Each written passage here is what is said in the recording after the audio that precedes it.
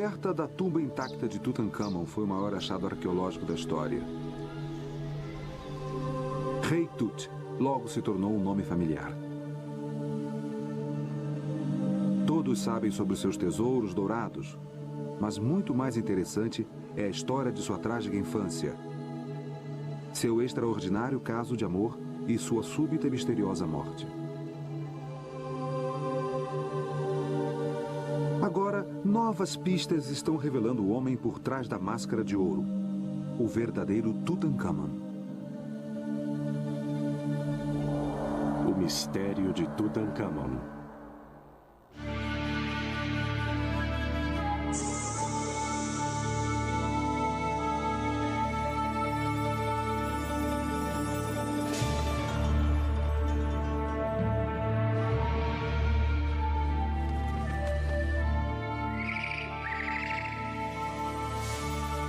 Os grandes egípcios.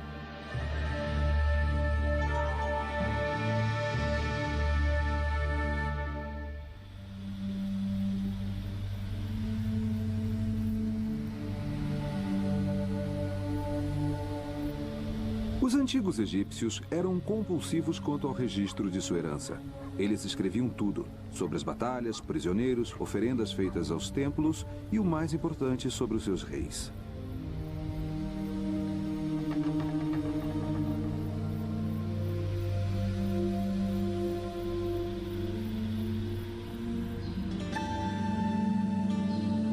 Se um egípcio queria impressionar um estrangeiro com a civilização egípcia, ele desandava a ler uma lista de reis. Quando o grande viajante Heródoto visitou o Egito, ele disse: "O sacerdote leu-me, de um registro escrito à mão, os nomes de 330 monarcas." Os egípcios tinham tanto orgulho de sua longa história que registravam os nomes de seus reis nas paredes dos templos. A lista que está melhor preservada encontra-se no templo de Sete I, em Abidos.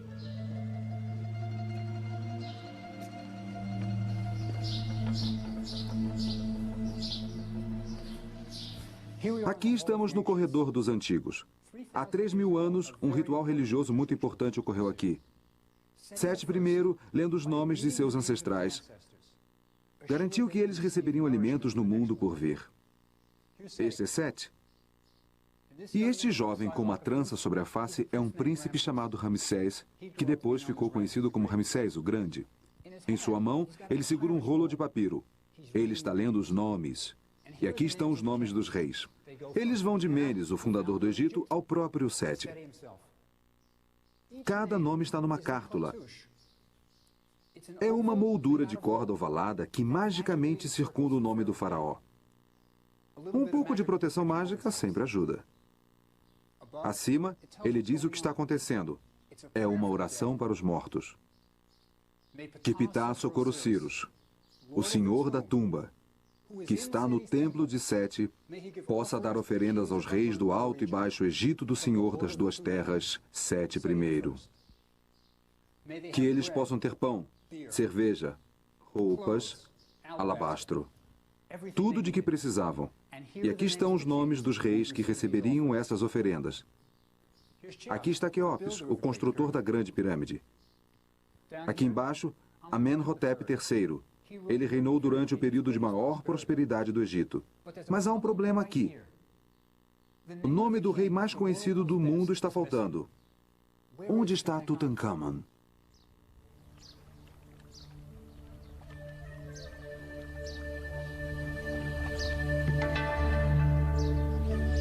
Para começar a desvendar o mistério de Tutancâmon, é preciso começar aqui, em Tebas, a antiga capital do Egito. Era um lugar de fabulosa prosperidade. Os tributos fluíam do Oriente Próximo. O ouro do Sul. O Egito estava no auge, resultado de mais de 1000 anos de estabilidade. Por séculos, os mesmos deuses eram adorados. As margens do Nilo transbordavam regularmente e as explorações militares do faraó garantiam a contínua prosperidade. O poeta grego Homero escreveu: Tebas do Egito, mas as maiores possessões encontram-se nas casas. Tebas dos 100 portais. 200 soldados lutaram na guerra com cavalos e carruagens. Era um lugar incrível. E nesse momento, quando o Egito estava no auge, o faraó Akenaton impôs uma poderosa conversão religiosa.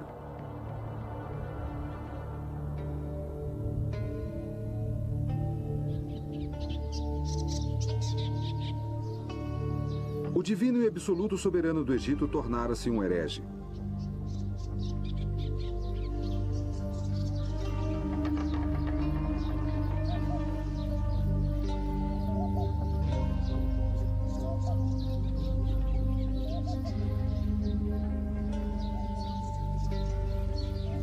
Saíram todos os deuses antigos e foram substituídos por um só, o deus Sol, Aten.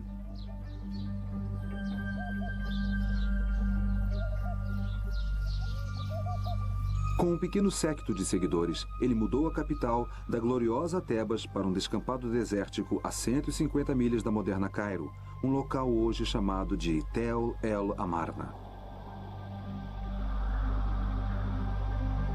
Foi aqui, durante este período único dos 3.000 anos de história do Egito, que Tutankhamon nasceu. O faraó Akhenaten começou a construção de sua nova cidade, estabelecendo marcos de fronteira para definir os seus limites. Ele proclamou que havia um só Deus, o Aten, o Deus Sol. E todos os deuses familiares que os egípcios haviam adorado por anos haviam partido. Não havia mais Osíris, o deus dos mortos, ou Anubis, o deus da mumificação com cabeça de chacal. Não mais Hathor, a deusa da música e do amor, e Bes, o anão com cabeça de leão tocando o seu tamborim. Havia apenas Aten, o disco solar, cujos raios davam vida a tudo.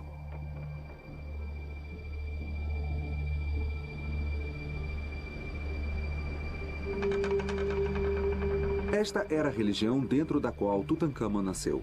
Mas essas não eram as únicas mudanças realizadas por Akhenaton. Da noite para o dia, mudou o estilo da arte, de formal para naturalista.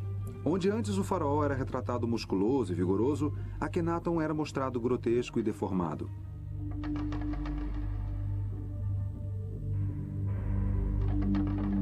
Nunca na história egípcia um faraó havia sido retratado deste modo. Suas estátuas mostravam um rosto alongado, peito inchado, pernas abauladas e braços raquíticos.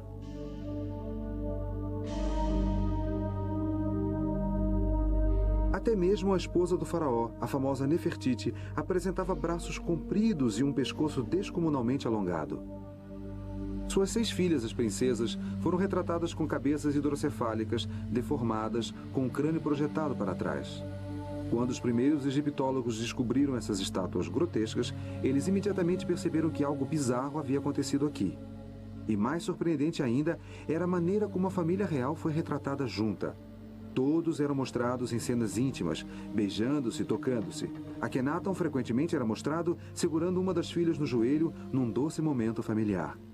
Desde o início da civilização egípcia, nenhuma família real havia sido retratada dessa maneira. Séculos de tradições simplesmente tinham desaparecido.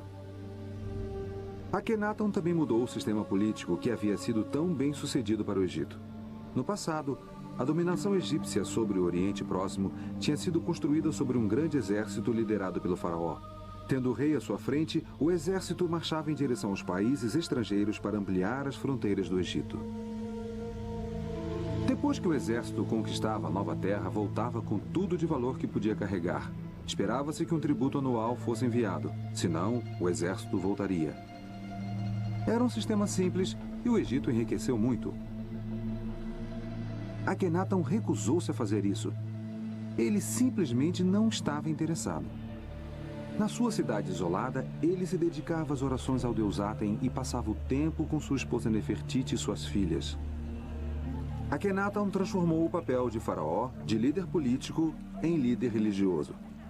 Foi uma época notável para o Egito, e Tutankhamon nasceu nesse tumultuado mundo.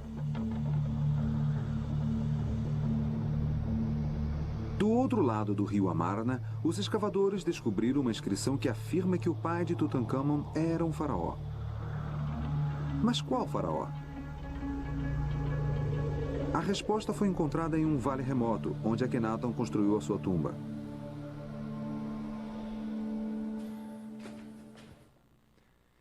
É aqui que teremos nossa primeira visão do verdadeiro Tutankhamon, o homem por trás da máscara dourada. Está nesta parede danificada. É realmente difícil de ver, mas você verá pistas que são absolutamente singulares na história egípcia. É uma cena da morte de um membro real. Veja este bebê aqui. Ele está no colo de uma enfermeira. E aqui temos um homem com um leque. Isso significa que há um nascimento real. E aqui, Akhenaton e Nefertiti. Eles estão de luto jogando areia sobre suas cabeças. Uma tradicional maneira de demonstrar luto. Aqui está a cama onde a princesa morreu. E aqui está ela. A morte desta princesa permitiu que Jeffrey Martin, um dos maiores egiptólogos do mundo, fizesse uma importante descoberta.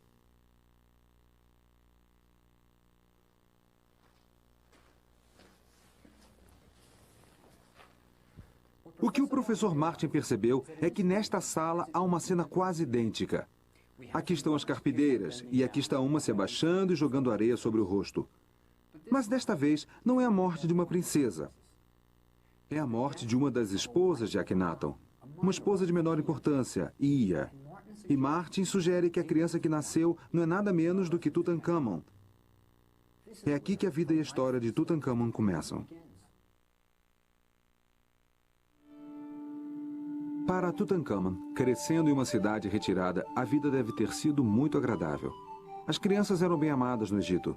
Sem dúvida alguma, Tutankhamon foi levado todos os dias ao brilhante templo para adorar Aten em uma atmosfera de tranquilidade e amor. Parece que Aten foi o único. Não havia nenhum aspecto negativo na filosofia do atenismo. Este não era um deus zangado, ansioso para punir crianças travessas. E do conteúdo da tumba de Tutankhamon, podemos ter uma vaga ideia da personalidade do jovem faraó. Ele aparentemente era um apreciador de vinho, pois foi enterrado com quase 3 dúzias de jarros de bom vinho. Um homem comum bebia cerveja, pois o vinho era reservado às classes mais altas. Então a adega de vinhos que Tutankhamon levou consigo para o mundo inferior era um tesouro e tanto. Mas todos esses luxos seriam de pouco consolo frente às tragédias que breve cairiam sobre o jovem rei. Enquanto Tutankhamon estava crescendo, um dos mais ambiciosos e astutos membros da corte chamava-se Ai. Sua tumba, entalhada nos rochedos íngremes de Amarna, é a maior de todas as tumbas dos nobres. Agora, aqui está o nosso homem, Ai. E sua mão está em uma posição de adoração. Ele está adorando o único Deus admissível aqui.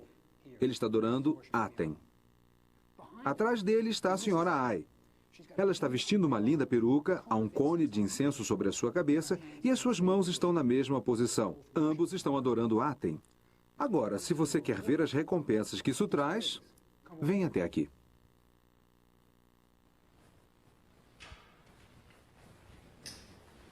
Aqui está uma cena que mostra como você era recompensado em Amarna. Aqui está Akhenaton. E atrás dele, Nefertiti. Mas bem acima dele está o Aten, o disco solar, com seus raios descendentes. E o que eles estão fazendo aqui é dar colares de ouro a Ai e a sua esposa. E o legal é que as crianças estão junto. Há 3 princesas ajudando o papai. Uma das princesas está segurando uma bandeja com colares de ouro que está passando para sua mãe. E você pode dizer exatamente quando essa parede foi entalhada, pois há 3 princesas. E Akhenaton e Nefertiti tiveram 6 filhas. Isso situa a cena bem no meio do reinado de Akhenaton.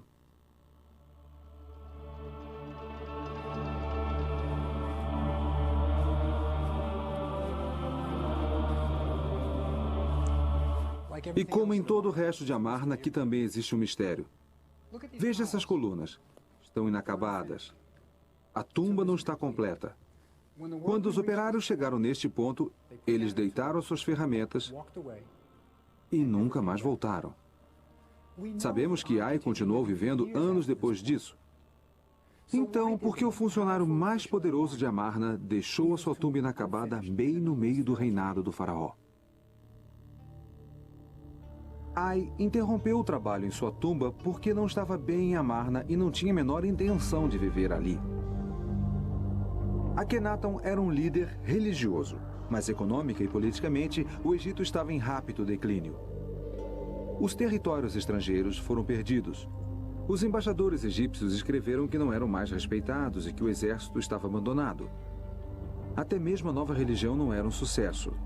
O povo sentia falta de seus antigos deuses e Akhenaton e Nefertiti foram obrigados a subornar os habitantes de Amarna para que aparentassem fidelidade. No 17º ano de seu reinado, Akhenaton morreu, sob circunstâncias desconhecidas. Algum tempo antes da morte de Akhenaton, Nefertiti não é mais citada, e só podemos presumir que ela também tenha morrido.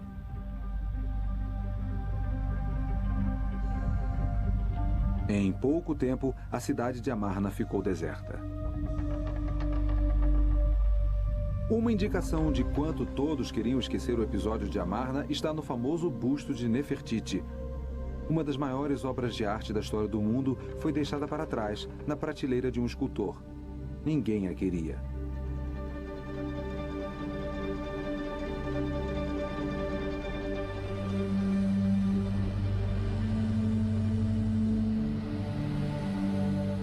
O Egito agora estava sem rei ou rainha. O pequeno Tutankhamon casou-se com sua irmã por parte de pai, Ankhesenamen, de 11 anos e meio. O jovem Tutankhamon, o único herdeiro homem, tornou-se assim faraó.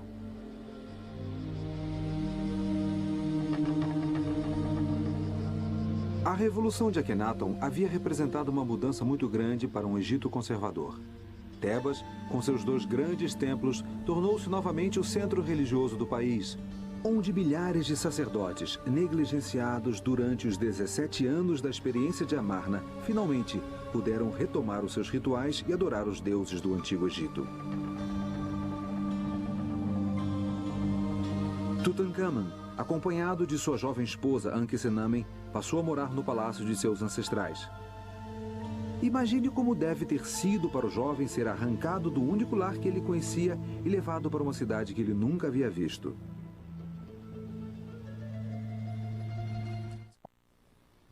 Na sala do trono, um órfão de 11 anos iniciou seu reinado como rei do Alto e Baixo Egito, senhor das 2 terras, Tutankhamon. Mas é certo que o jovem Tutankhamon não tomava as decisões de Estado. Com certeza era Ai, promovido ao papel de vizir, o maior cargo oficial da nação, que estava determinando o destino do Egito.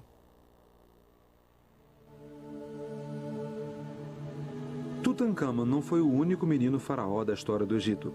Uma carta, escrita 1000 anos antes por um outro menino rei, lembra-nos que apesar de Tutankhamon ser o rei do Alto e do Baixo Egito, ele também era uma criança.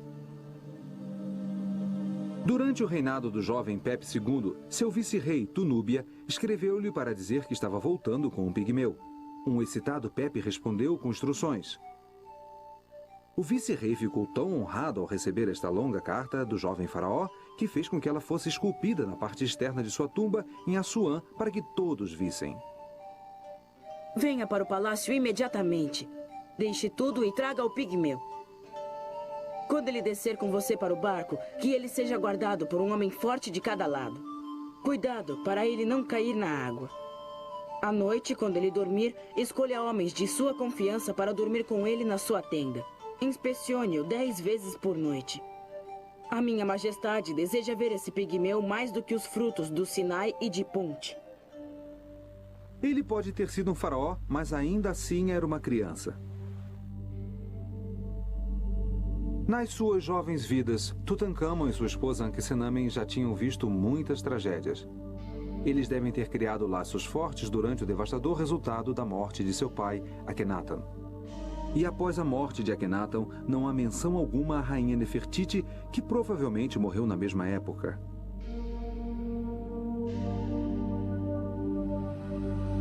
Agora eles eram órfãos, forçados a se mudar para Tebas, deixando para trás o seu lar, sua religião e até as memórias de seu amoroso pai, agora considerado um herege. Dos objetos encontrados na tumba de Tutankhamon, a impressão era de que o casal era inseparável. Uma das peças mais tocantes encontradas na tumba era um pequeno relicário de ouro que uma vez abrigou uma estátua de Tutankhamon. Cada uma das cenas do relicário mostra Ankhesenamen no papel de uma esposa amorosa e atenciosa. As vinhetas mostram o casal real em cenas de intimidade. São tocantes. Enquanto Tutankhamun caça, Ankhesenamen segura sua próxima flecha. Tutankhamun despeja um perfume nas mãos de sua noiva. Obviamente, eles são devotados um ao outro e gostam de ficar juntos. Por motivos políticos, a cerimônia de seu casamento ocorreu quando ainda eram crianças. Mas existia claramente uma real ligação afetiva entre marido e mulher.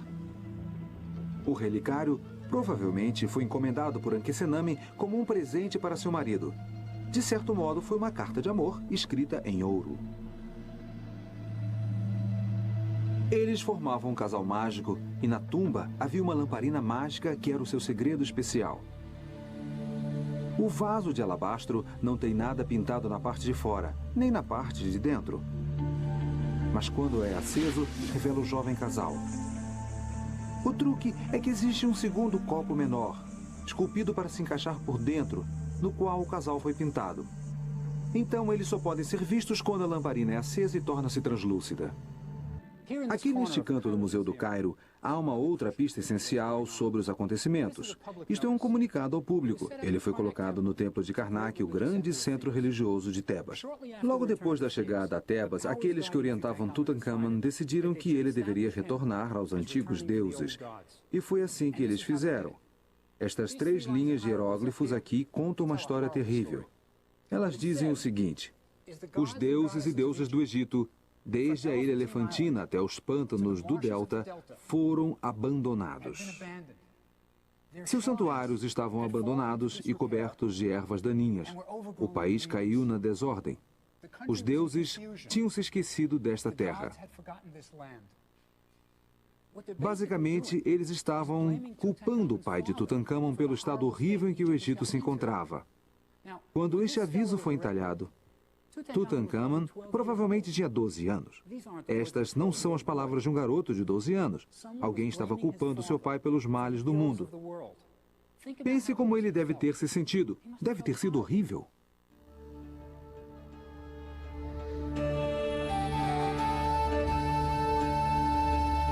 Quando Tutankhamun voltou para Tebas, uma das primeiras coisas que fez foi completar um monumento começado por seu avô, Amenhotep III.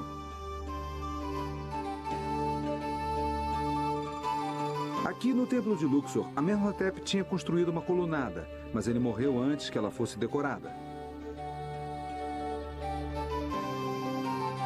As cenas que Tutankhamun escolheu são do mais importante e tradicional festival em Tebas, o Festival de Apet.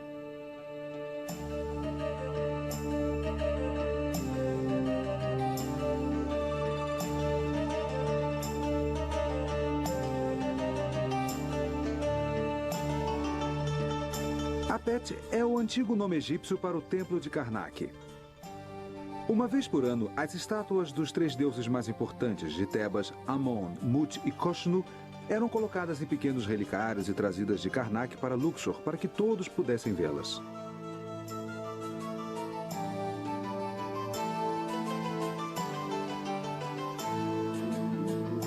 Havia procissões e as mesas eram empilhadas com peças de carne como oferendas para os deuses. Músicas, palmas, cantos e danças. Era um momento de excitação e Tutankhamun retratou tudo isso.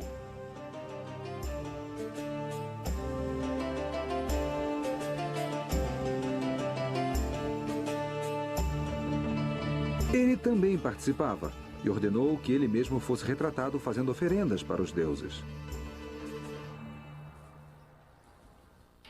Há um grande problema aqui. Tutankhamun decorou todas essas paredes. Seu nome deveria estar em todo lugar, mas o único lugar onde você pode encontrá-lo é aqui, nesta parte isolada do templo. Estes 3 pequenos hieróglifos representam um de seus nomes, Nebi-Keperuri. Alguém se esforçou muito para eliminar qualquer traço de Tutankhamun. Tutankhamun e Ankhesenamen, sem dúvida alguma, eram muito unidos devido às tragédias que suportaram juntos. A escavação da tumba de Tutankhamun revelou ainda uma outra tragédia que partilharam juntos. Ankhesenamen havia sofrido 2 abortos. Em uma pequena câmara, fora da câmara funerária, 2 caixões em miniatura foram encontrados. Dentro deles havia 2 fetos. Howard Carter, o descobridor da tumba, desembrulhou o feto menor e percebeu que ele tinha uns 5 meses de maturidade e não mostrava sinais de ter sido mumificado. O segundo feto foi enviado para o Dr. Douglas Derry, professor de anatomia da Universidade do Cairo. Ele o desembrulhou e percebeu que era o feto de uma menina de 8 meses. Este havia sido embalsamado. Derry mencionou que ele encontrou no crânio o arame que os embalsamadores utilizavam para remover o cérebro. Os fetos, curiosamente, desapareceram nos anos 30, mas recentemente o feto maior foi redescoberto no Hospital Kasarel Ain, onde Derry o havia guardado. Quando o feto menor foi encontrado no ano passado, o Dr. Fauzi Gabala, dirigente do Departamento de Anatomia, convidou-me para examinar os 2 fetos. O que sempre me intrigou foi que na literatura antiga eles diziam que as múmias foram examinadas por Howard Carter e mais tarde por Derry, o anatomista da Universidade do Cairo. Sim.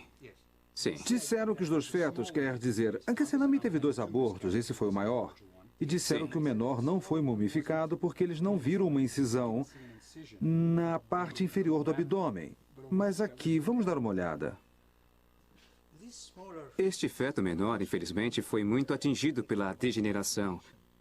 Mas a resina está clara e aparentemente está na parte inferior da cavidade abdominal. Você pode ver que aqui a área não está tão enegrecida, mas a própria incisão não está aparente por causa da degeneração. E esta resina tem a mesma cor e a mesma textura e a mesma aparência do feto maior. Mas o local da incisão não está claro devido à degeneração. Está muito frágil? Sim, mas de modo diferente. Pense na habilidade dos antigos embalsamadores. Trabalhando nesta menina pequenininha. Eles provavelmente tentaram remover os órgãos internos através de uma incisão abdominal. Esses caras eram incríveis. Quando você explora o crânio, descobrirá que esta é a parede do crânio e debaixo dele está a massa de linha embebida com a área enegrecida pela resina. Então deve ter sido embalsamada ou algo Ela assim. foi mumificada, com certeza. Olhando para esses 2 pequenos seres humanos, só podemos imaginar o que teria acontecido se Tutankhamun e Ankhesenamen tivessem filhos que sobrevivessem. Se tivesse um herdeiro homem, as esperanças de qualquer um que esperasse ser rei se desvaneceriam, e o curso da história egípcia teria sido mudada para sempre.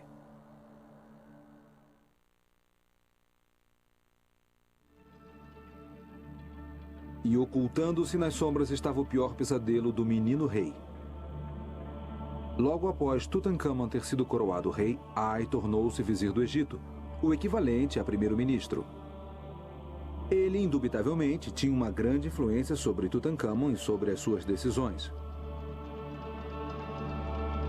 Além de aconselhar o rei e ministrar a justiça, o vizir tinha um outro poder extremamente importante. Ele controlava o acesso ao palácio. Ninguém podia entrar ou sair sem o seu conhecimento e permissão.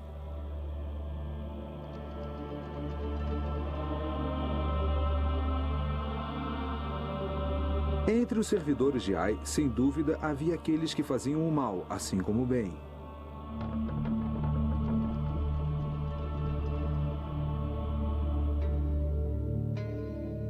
Uma das raras imagens que temos de Tutankhamun em seu papel oficial como faraó está na tumba de Oi, seu vice-rei para Núbia. Aqui podemos ver o jovem rei realizando seus deveres oficiais sozinho.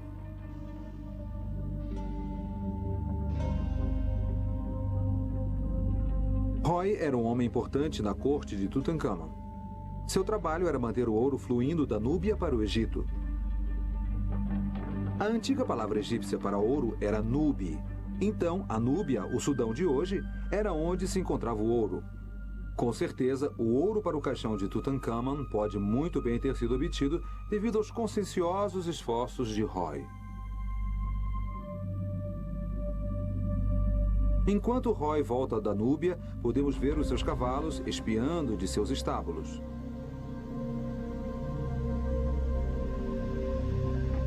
A decoração de sua tumba é dominada por núbios, trazendo seu tributo a Tutankhamun.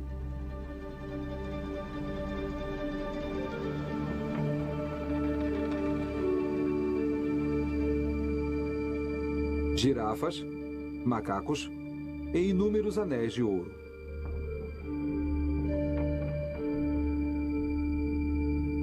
Quando Roy foi enterrado, Tutankhamun era um jovem amadurecido, capaz de pensar por si mesmo. E provavelmente não mais querendo ser manipulado pelo seu poderoso vizir, Ai. Esta nova independência deve ter lhe custado caro.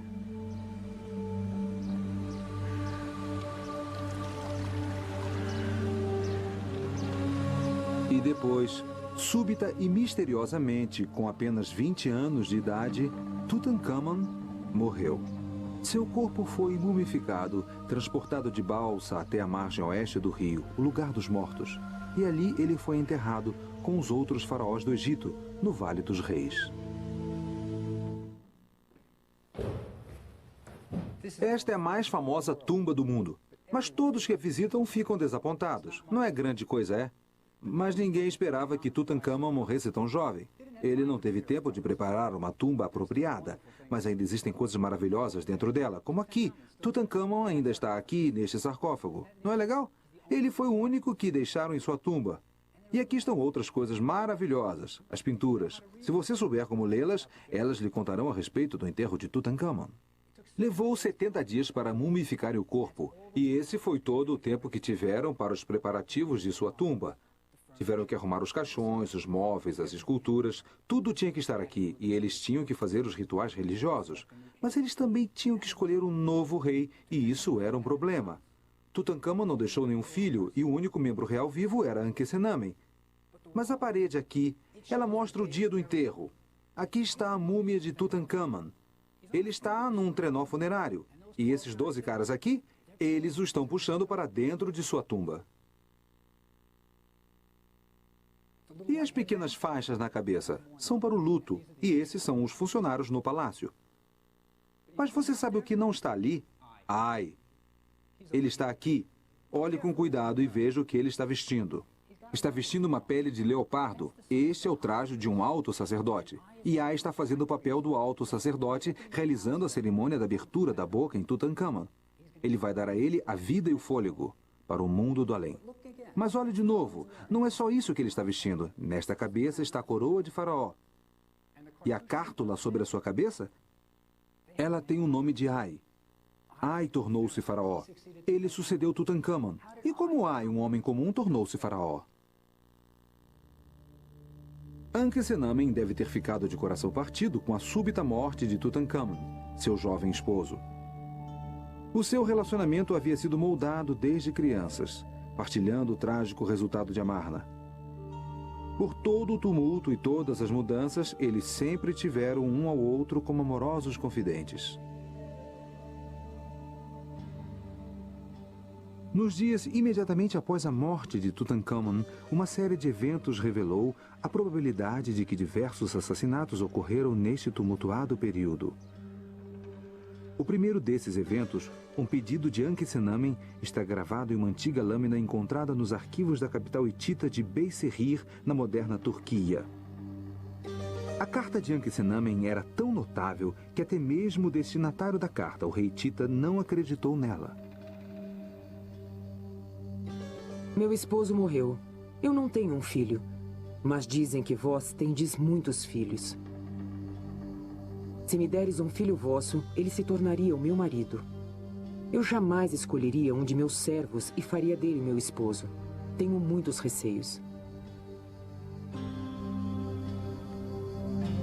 Por que Ankhesenamen estaria pedindo para que um esposo lhe fosse enviado de fora das fronteiras do Egito e logo dos hititas, um tradicional inimigo do Egito? O rei hitita recusou, achando que era algum tipo de truque.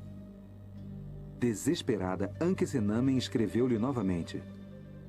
Por que dizeis, eles podem tentar enganar-me?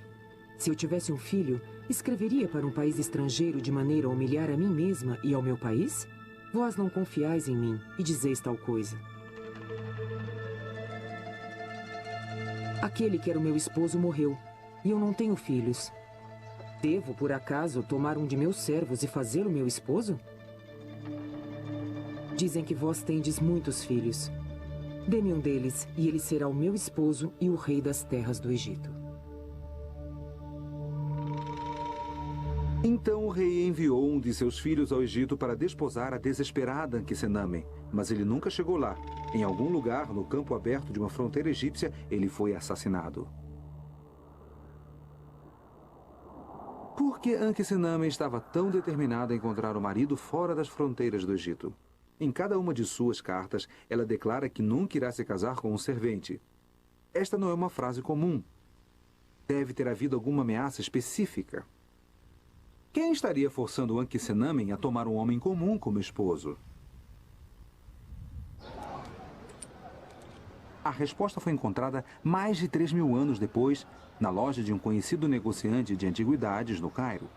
Na primavera, Percy Newberry, um egiptólogo, encontrou em uma loja um anel com 2 cártulas.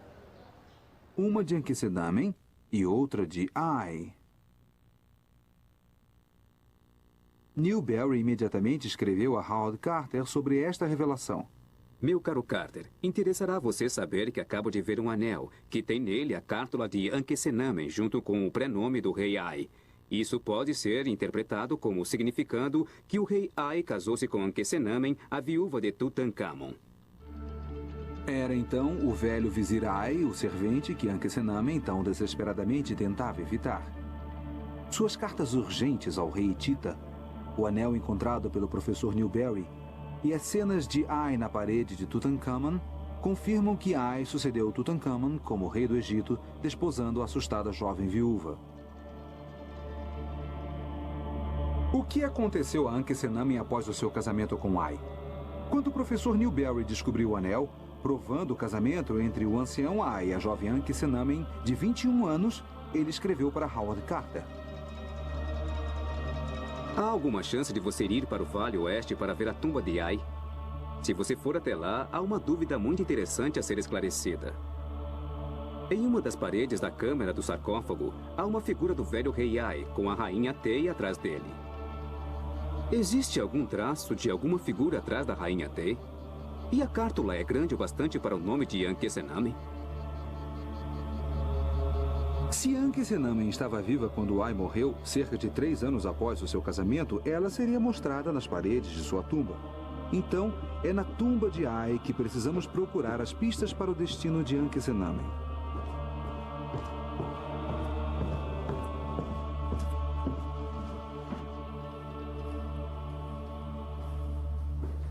Ai mandou pintar várias cenas nas paredes de sua tumba. Estas são religiosas. Mostram os deuses recebendo Ai, as orações estão sendo feitas por ele.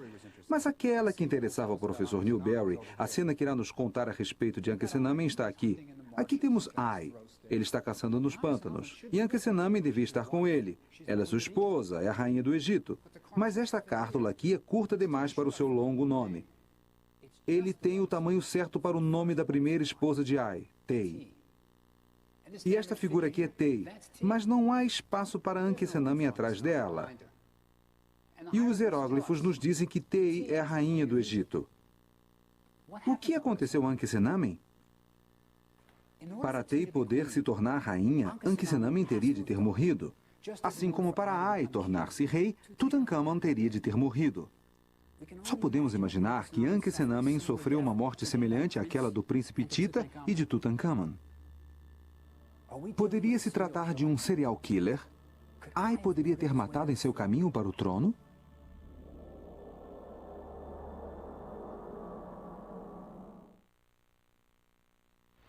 Em 1968, mais uma peça na misteriosa morte de Tutankhamon se encaixou.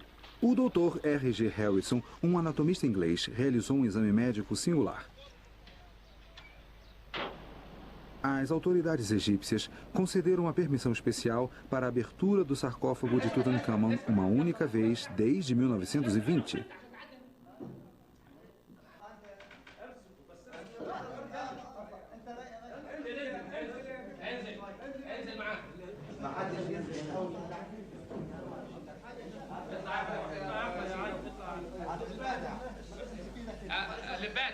Observado por turistas impressionados, o corpo mais uma vez foi revelado.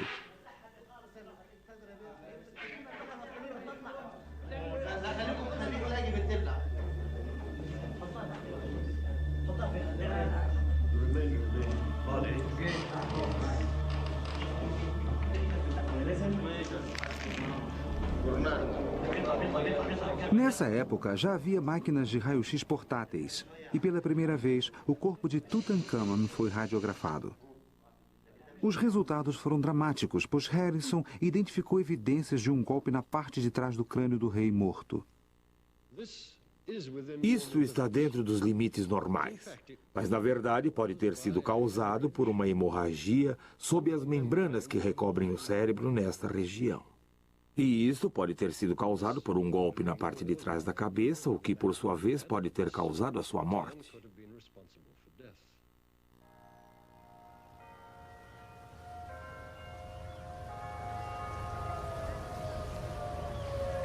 Ninguém tinha olhado para os raios-x de Tutankhamon desde que Harrison os havia estudado há mais de 30 anos. Então eu decidi conseguir uma cópia e levá-la para um conhecido radiologista da minha escola, o C.W. Post Campus da Universidade de Long Island. Aí está. Bem, a teoria que o Dr. Harrison propôs é bem interessante, porque eu acho que há uma interrupção aqui no osso occipital, na parte posterior do crânio, que pode representar uma pequena fratura. E ele então sentiu que essa área escura aqui representava o coágulo. Aham. Se for assim, e este é o outro lado do coágulo, isto sugere que o coágulo calcificou. Significaria que isso estava aí já há algum tempo, talvez diversos meses. Seria preciso estar vivo na época para obter essa calcificação. Então, se Tutankhamon recebeu um golpe na parte de trás da cabeça, ele teria sobrevivido, não morreu imediatamente. Se isso for um coágulo, como supôs... Certo. Agora, o É que... verdade, ele teria que ter Qual teria sido o sobrevivido por seu um bom estado de tempo. consciência? Ele estaria inconsciente ou... Inicialmente, ele poderia de algum modo viver, mas com certeza, com um coágulo desse tamanho na área confinada, que chamamos de fossa posterior, a parte de trás do crânio, isso causa uma grande pressão no cérebro e a área do cerebelo, certamente, estaria inconsciente por algum tempo para desenvolver a calcificação.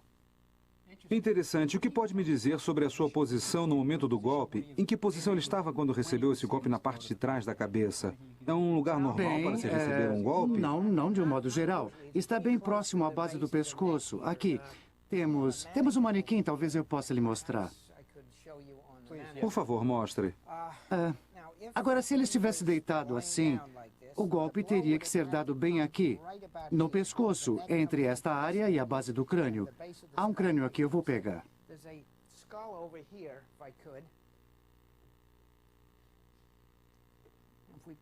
E se o pusermos na mesma posição, a coluna cervical seria aqui. Certo.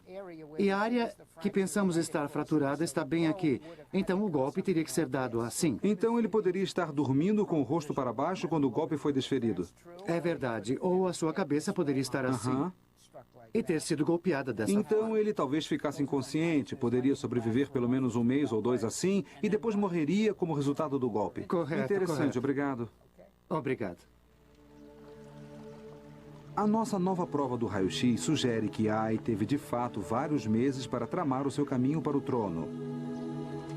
Se Ai assassinou Tutankhamon, Ankhesenamen e o príncipe Tita, por que ele não foi levado à justiça? A resposta está escrita nas paredes da tumba de Hekmarai, que registrava os deveres e poderes do vizir.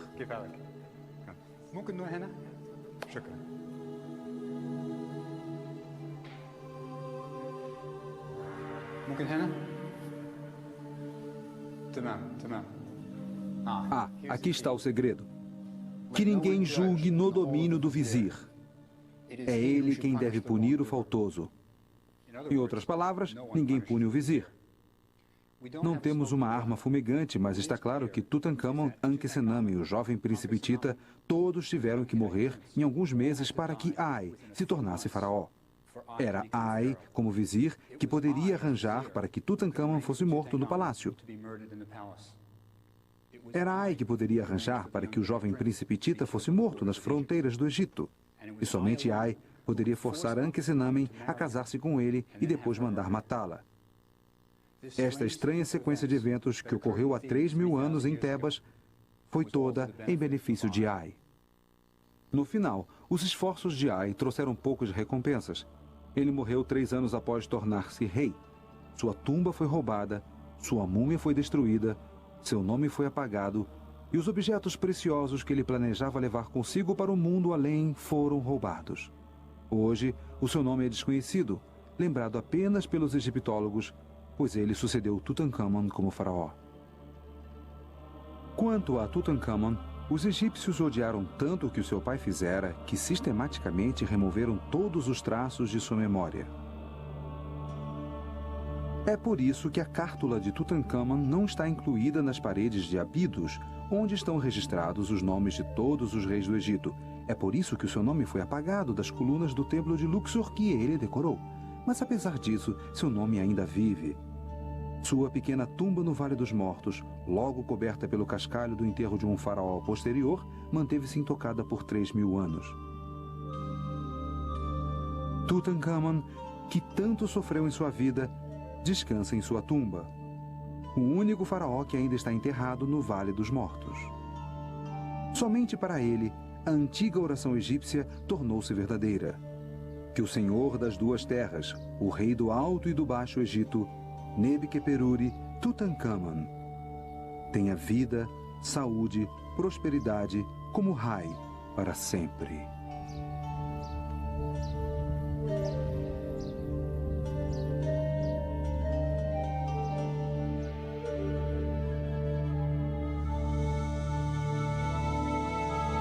Versão brasileira. Tempo Filmes, São Paulo.